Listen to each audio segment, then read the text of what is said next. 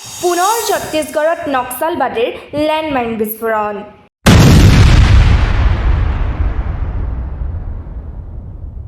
শ্বহীদ দুজন জোৱান। শনিবাৰে নক্সালবাদীৰ লেণ্ডমাইন বিস্ফোৰণত শ্বহীদ ভাৰত তিব্বতী সীমান্ত আৰক্ষীৰ দুজন জোৱান।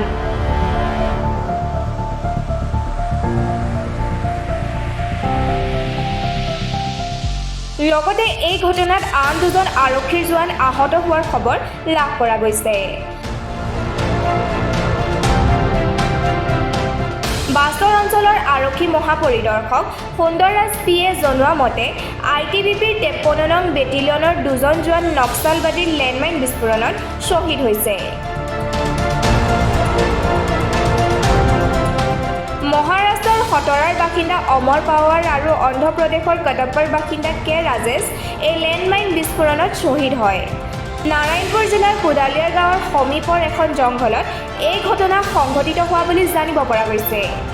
উল্লেখ্য যে নিৰাপত্তাৰক্ষীৰ এটা যৌথ দলে নক্সাল বিৰোধী অভিযান আৰম্ভ কৰাৰ সময়তে এই ঘটনা সংঘটিত হয়। এই ঘটনাত আহত আৰক্ষী জোৱান কেইজনক হেলিকপ্টাৰেৰে উদ্ধাৰ কৰা হয় আৰু ৰায়পুৰৰ নাৰায়ণ চিকিৎসালয়ত ভৰ্তি কৰোৱা হয়। নিউজ ডেস্ক ৰিপৰ্ট, মাছমি নিউজ।